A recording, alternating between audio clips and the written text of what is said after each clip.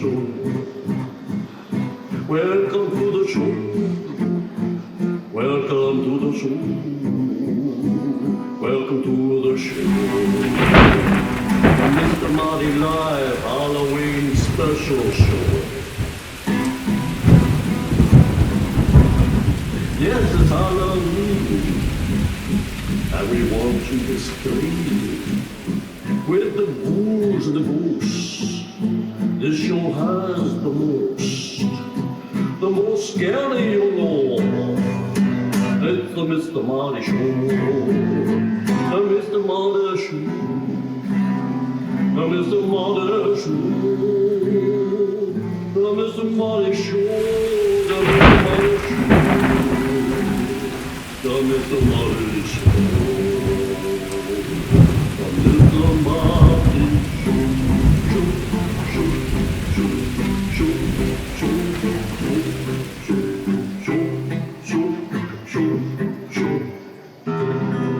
Live action on the Mr. Marty Show.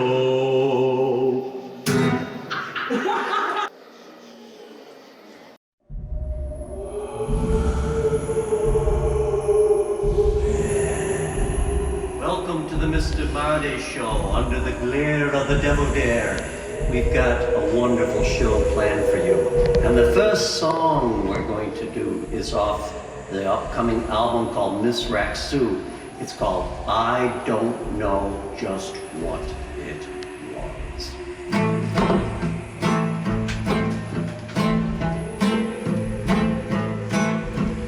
It was green, it was blue.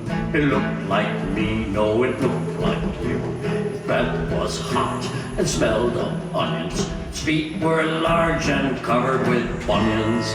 I am asking you because I don't know just what it was. It had a head, a worth of 3. It had 12 eyes I couldn't see. It had a nose upside down, a mouth that smiled and a mouth that frowned. I am asking you because I don't know just what it was. It liked to jump, it liked to roll, it liked to walk, and it liked to stroll. It liked to yell, get your red hots here, kept them stuffed inside his ears. I am asking you because I don't know just what it was. Well, it came to visit, it came to stay, it came to fight, and it came to play. It was so rude, but oh so polite. It said good morning, and then good night. I am asking you because I don't know just what it was. I am asking you because I don't know just what it was. There we go.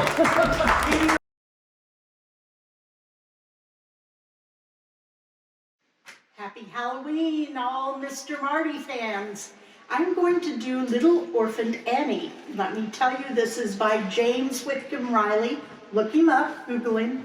Famous poet. And I did this when I was 13, and my mom, when she was 12 or 13, on her radio show that I've talked about, she recited it, and at the Orpheum in Tulsa, Oklahoma. Little orphaned Annies come to our house to stay, to wash the cups and saucers up, and brush the crumbs away, and shoo the chickens off the porch, and dust the hearth and sweep, and make the fire and bake the bread, and earn her board and keep. And all us other children, when the supper things is done, We sat around the table fire and has the mostest fun listening to witch tales that Annie tells about and the goblins that are gonna get ya if you don't watch out. Once there was a little boy wouldn't say his prayers, so when he went to bed at night, away upstairs, his mommy heard him holler and his daddy heard him bawl. And when they turned the kivers down, he wasn't there at all. And they seeked him in the rafter room and cubbyhole and press, and seeked him up the chimney flue, and I guess everywhere's, I guess. But all they ever found was just his pants and roundabout. And the goblins are gonna get you if you don't watch out. And one time a little girl would always laugh and grin and make fun of everyone and all her blood and kin. And once when there was company and old folks were there, she mocked them, shocked them, and, she didn't care. And just as she kicked her heels and turned to run and hide, there was two great big great things a-standing by her side. And they snatched her through the ceiling, for she knowed what she's about. And I tell you, the goblins are gonna get ya if you don't watch out.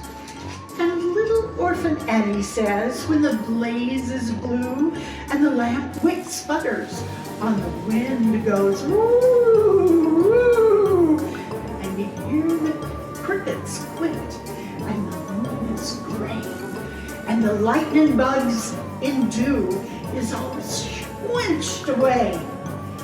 You better mind your parents and your teachers fond and dear, and cherish them that loves you, and dry the orphans' tear, and help the poor needy ones.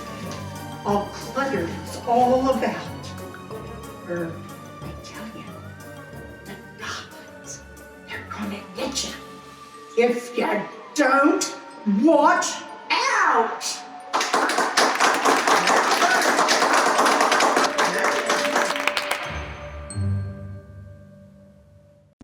And now, 30 seconds of cue.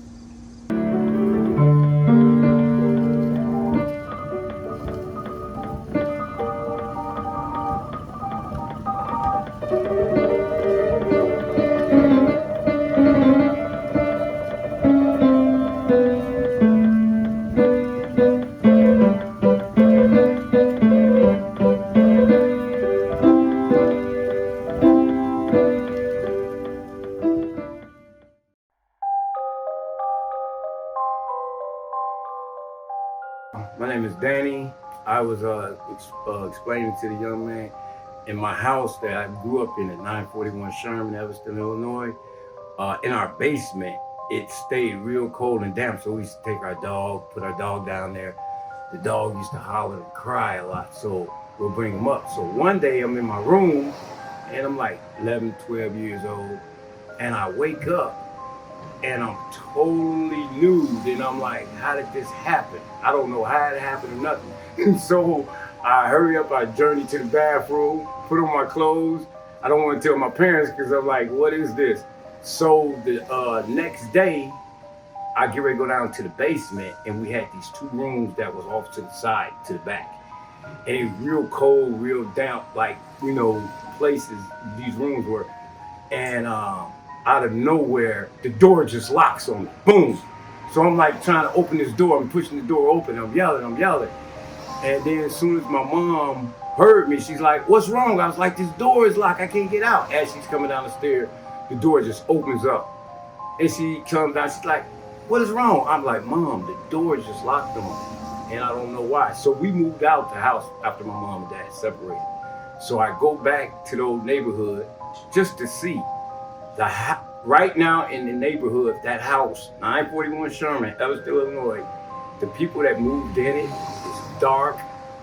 All of the grass is grown up. It stays dark day and night. There's never no lighting in the place. And I'm like, whoever it was, whatever's going on in this house, it's like the people that moved into the house is adjourned to the house. And it is, yeah, it's like a demonic house. In the late 1970s, my parents bought a house that had a reputation for being haunted. Friends of mine rented the house, and one night I was invited to stay and was given the guest bedroom. During the night, we had a terrible thunderstorm with lightning and strong winds, and the bashing of a tree branch against my window woke me up. I found it hard to go back to sleep, so just lay in my bed watching the rain lash on the window pane.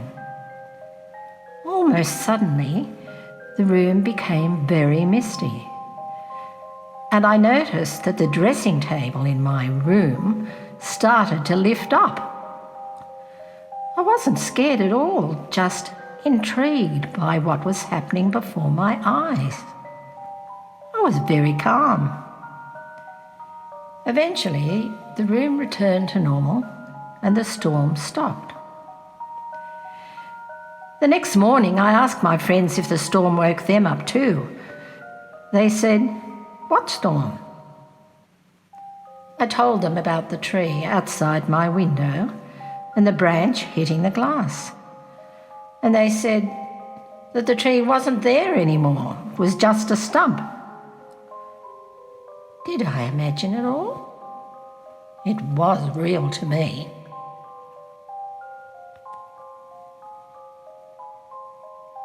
The encounter I had once at work in the early morning. The radio station I work at, studios were originally downtown, and the maintenance engineers would work all night to keep things running and not have to bother the people during the daytime to get things fixed. But it was coming up on 6 a.m. and they were going to have to get out of there and move their cars before they got towed. So I asked what I could do to help clean up, and they said, well, pick up these drills and these extension cords and put them in that equipment box over there. So I walked past the equipment box, got a total chill, like people talk about getting. I really got one and thought about the crash of the Hindenburg. I hadn't been thinking about this at all, had no reason to think about it. Anyway, I collected the drills and tools and extension cords and other equipment, loaded them into this old equipment box that was there that one of the guys had brought from one of his previous stations. And I said, "Is that all?" And they said, "Yeah, close it up." So I closed the box, stenciled on the lid, WLS. And I realized this box had been at the Hindenburg crash in 1937 with Herb Morrison and the WLS crew covering it. So that's the best I got, but I believe it was real.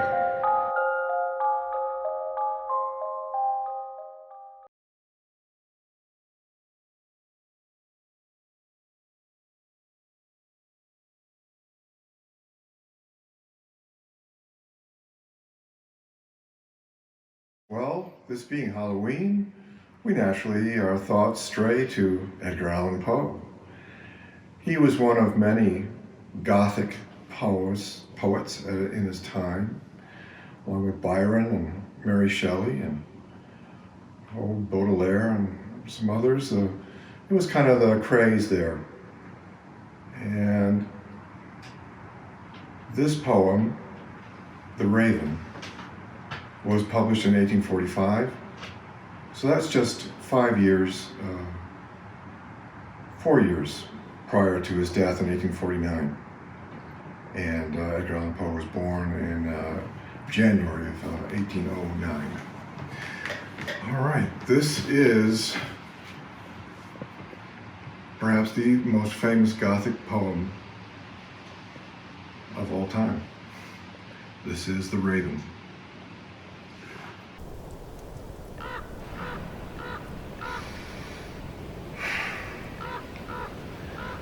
Once, upon a midnight dreary, while I pondered, weak and weary, over many a quaint and curious volume of forgotten lore, while I nodded, nearly napping, suddenly there came a tapping, as of someone rapping, gently rapping at my chamber door. "'Tis some visitor," I muttered, tapping at my chamber door. "Only this, and nothing more." Distinctly I remember. It was in the bleak December, and each separate dying ember wrought its ghost upon the floor. Eagerly I wished the morrow. Vainly I had sought to borrow from my books surcease of sorrow. Sorrow for the lost Lenore, for the rare and radiant maiden whom the angels name Lenore, nameless here forevermore. From the silken, sad, uncertain rustling of each purple curtain thrilled me, filled me with fantastic terrors never felt before. So that now, to still the beating of my heart, I stood repeating, "'Tis some visitor entreating entrance at my chamber door. Some late visitor entreating entrance at my chamber door. This it is, and nothing more." Presently my soul grew stronger, hesitating then no longer. "Sir," said I, "or madam, truly your forgiveness I implore. But the fact is I was napping, and so gently you came rapping, and so faintly you came tapping, well, that I scarce was sure I heard you. Here I opened wide the door. Darkness there, and nothing more. Deep into that darkness peering, long I stood, wondering, fearing, doubting, dreaming dreams no mortal ever dared to dream before. But the silence was unbroken. The stillness gave no token, and the only word there spoken was the whispered word. "You know?" This I whispered, and an echo murmured back the word. "No. Merely this, and nothing more." Back into the chamber turning, oh, my soul within me burning. Soon again I heard a tapping, somewhat louder than before. "Surely," said I, "surely that is something in my window lattice. Let me see then what thereat is, and this mystery explore." Let my heart be still a moment, and this mystery explore. 'Tis the wind, nothing more. Open here I flung the shutter, when with many a flirt and flutter, in there stepped a stately raven from the saintly days of yore. Not the least obeisance made he, not a minute to stop or stay he, but with mane of war, a poor lady, perched above my chamber door. Perched upon a bust of Pallas just above my chamber door, perched and sat, and nothing more. Then the ebony bird, beguiling my sad fancy into smiling by the grave and stern decorum of the countenance it wore. "Though thy crest be shorn and shaven, thou," I said, "art sure no craven. Ghastly grim, ancient raven, wandering from the nightly shore. Tell me what thy lordly name is on the night's Plutonian shore." Quoth the raven, "Nevermore.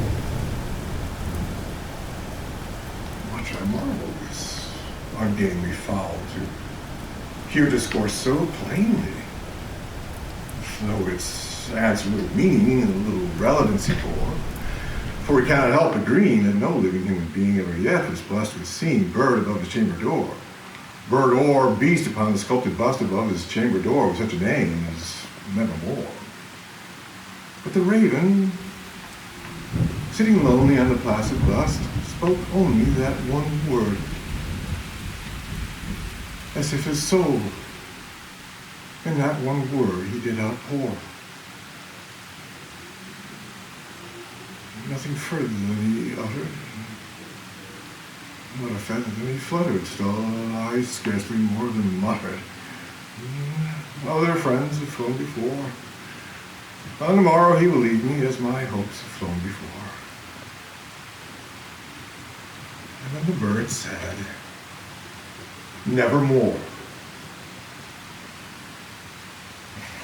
Startled at the stillness broken by reply so aptly spoken. Doubtless, said I, what it utters is its only stock and store, caught from some unhappy master, whom unmerciful disaster followed fast and followed faster, till the songs one burden bore, to the dirges of his hope that melancholy burden bore of nevermore. But the raven still beguiling my sad fancy into smiling, straight I wheeled a cushioned seat in front of bird and bust and door. Then, upon the velvet sinking, I betook myself to thinking fancy unto fancy. What's this ominous bird of you? This grim, ungainly, ghastly, gaunt, and ominous bird of yore meant in croaking nevermore. This I sat engaged in guessing, but no syllable expressing to the fowl whose fiery eyes now burned into my bosom's core. This and more I sat divine moved, my head at ease, reclining on the cushion's velvet lining that the lamplight glowed o'er, but whose velvet violet lining with the lamplight gloating o'er she shall press. Nevermore.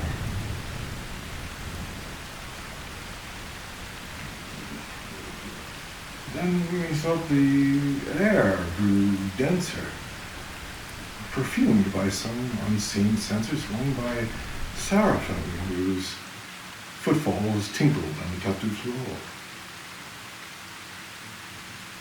Wretch, I cried, thy God hath lent thee, by these angels he has sent thee, respite in the pent of thy memories of no more. Quaff this kind nepenthe, and forget this lost Lenore. Quoth the raven, nevermore. Prophet, said I, thing of evil, prophet still is bird or devil, whether tempters sent or whether tempest tossed thee here ashore, desolate yet all undaunted on this island land enchanted, on this home by horror haunted. Tell me truly, I implore, is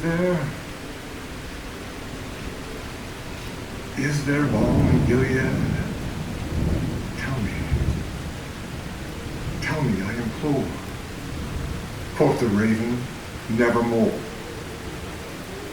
Prophet, said I, thing of evil, prophet still of bird or devil, by the heaven that bends above us, by that God we both adore, tell this soul with sorrow laden, if within the distant Aden it shall clasp a sainted maiden, and an angel's name Lenore.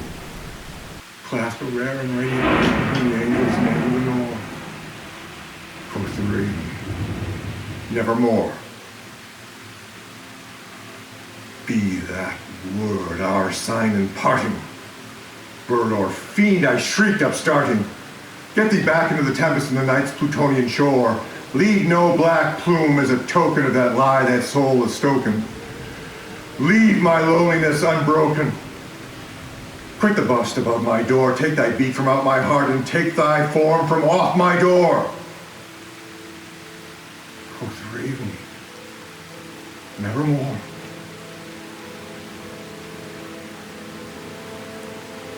And the raven never flitted, still is sitting. Still is sitting on the pallid bust of Pallas just above my chamber door. And his eyes have all the seeming of a demon's that is dreaming. And the lamplight o'er him streaming throws his shadow on the floor. And my soul, from out that shadow that lies floating on the floor, shall be lifted nevermore.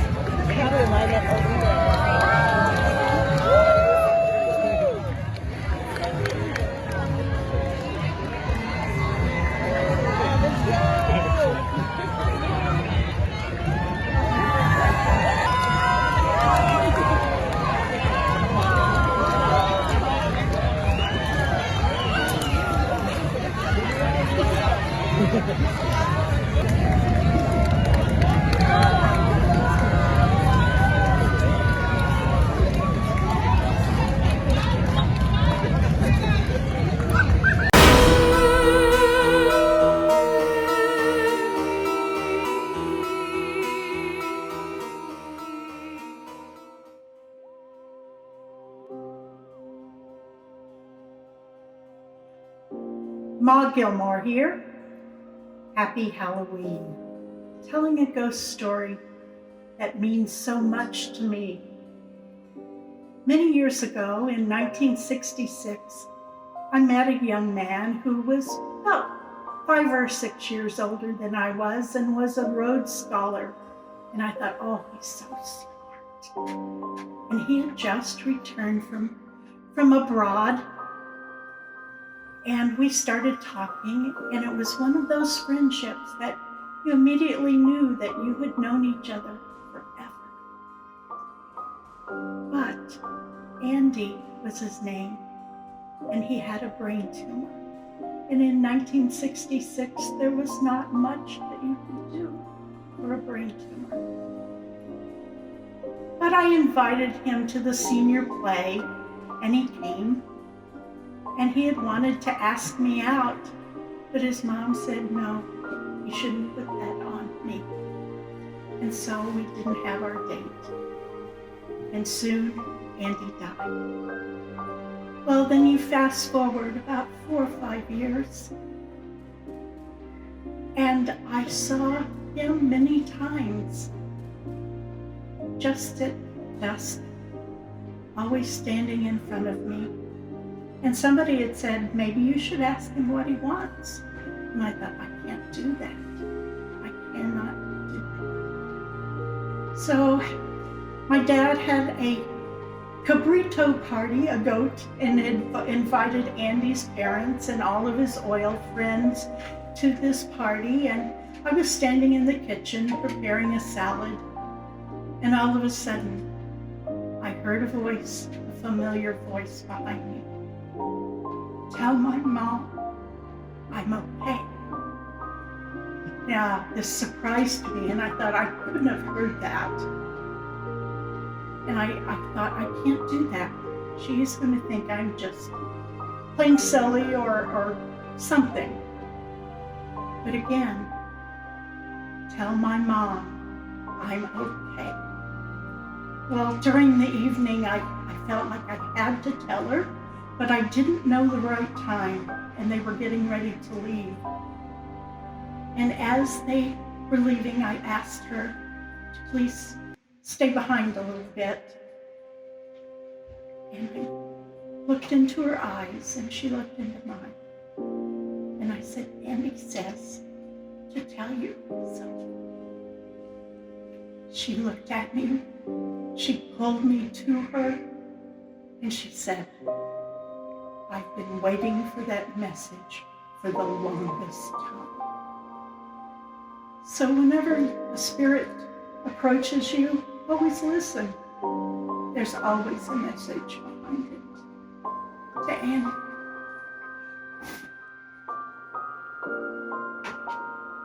And peace.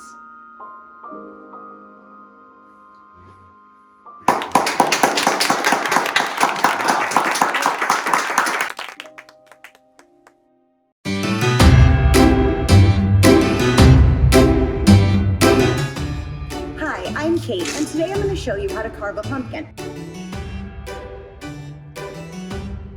What you need to carve a pumpkin is not a very expensive pumpkin carving kit. You need a fork, a spoon, and a knife from your own kitchen, as well as some baby powder and a pen. One of the main things that people do wrong when they begin to carve a pumpkin is they carve from the top. Your top is going to fall in, and it'll never be as nice or as safe if you just flip it over and start by carving out the bottom. You got to be very careful of your stem, and you can even sit and put the stem in your lap, but we're going to try to do it this way. This allows you to lay your pumpkin flat, also to put candles on the bottom and put the pumpkin on top of it, which is a bit safer than trying to light it down in the center of your pumpkin. If you flip the pumpkin over and carve out the bottom, you'll be able to have a nice top every time.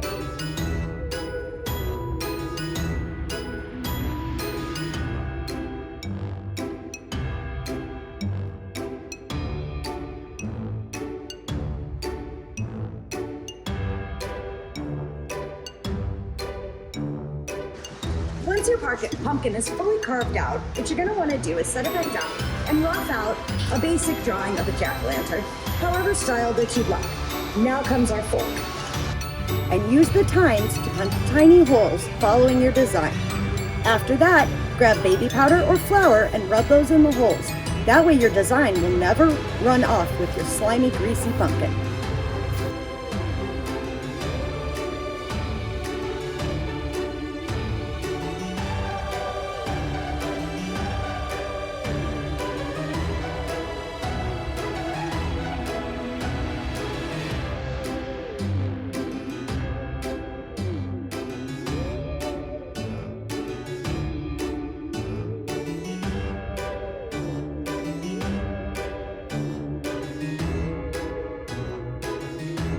And now you're done.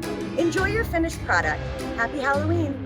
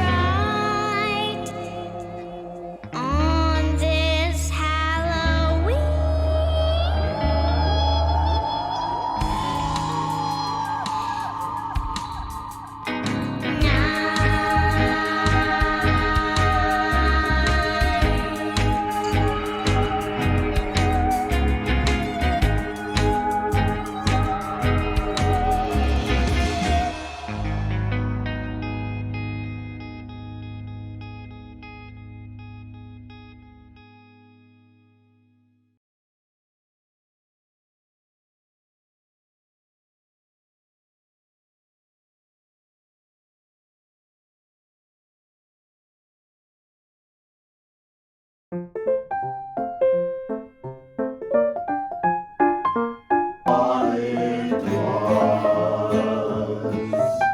came to fight, it came to stay, it came to... Wait, sorry, let me try that again. It came to visit. Happens most of the time when people start with their drawing. The pumpkin gets sweaty, it gets washed away, and then Orphan Annie says, when the blaze is blue and the lamp wick sputters, on the wind goes woo, woo. Came to fight and it came to play. It was time. Let me try that again. Now I'm out. I'm back.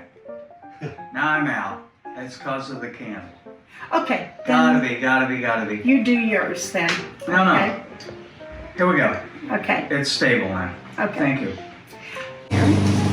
and I'll show you what happens. Stay.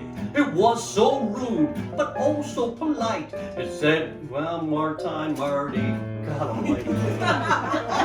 Outtakes. Marty, would you get dressed?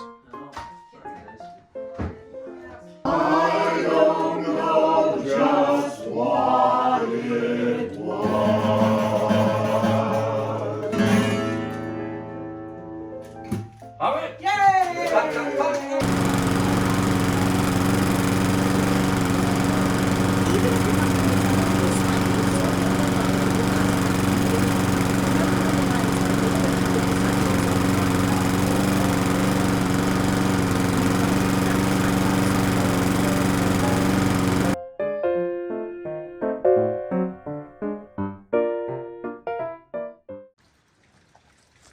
Thanks for watching the show.